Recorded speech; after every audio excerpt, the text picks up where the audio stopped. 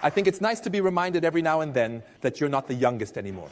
That's very kind. Ladies and gentlemen, I don't even need to ask you. I see that you're doing well because you must be doing well. You belong to the good ones. And that's this good feeling we have here in the West, right? We in the West, we are the good ones. And it's very important to always know that you're on the right side. No matter what happens in the world, and we are always on the right side. That's the really great thing. That wonderful feeling when you know that the God you believe in is really there and all-powerful, and that the God that others believe in doesn't exist at all. It's important to have that feeling of being on the right side, that we in the West, with our capitalist, market-driven way of doing business, are ensuring that the whole world can eventually live in freedom, prosperity, and happiness. And that these bad guys in the East want to take everything away from everyone in the name of socialism. And that these bad guys live in the East, who want to take everything away from everyone in the name of socialism, and that we never forget, ladies and gentlemen, that we never forget that we are on the right side. That's what our media is for. That's the beauty of it. Our media manages to handle every topic in a way that keeps us on the right side. I think that's great.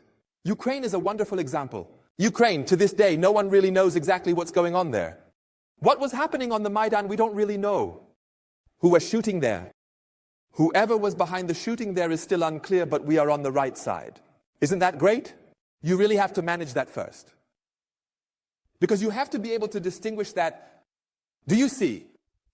When the democratically elected President Yanukovych, demanding that armed fighters clear the government buildings they have occupied in Kyiv, is something completely different than when a transitional government, which they appointed themselves, demands that armed fighters clear the government buildings they have occupied in eastern Ukraine. You see, Yanukovych should never have resorted to violence in any case. We would have never accepted that. The transitional government is allowed to shoot at its own population with helicopters. But it is good to know that not everyone can do whatever they want. What the good can do, the bad certainly cannot. Just imagine if Putin had tapped Merkel's phone. The Attorney General wouldn't be investigating against unknown individuals.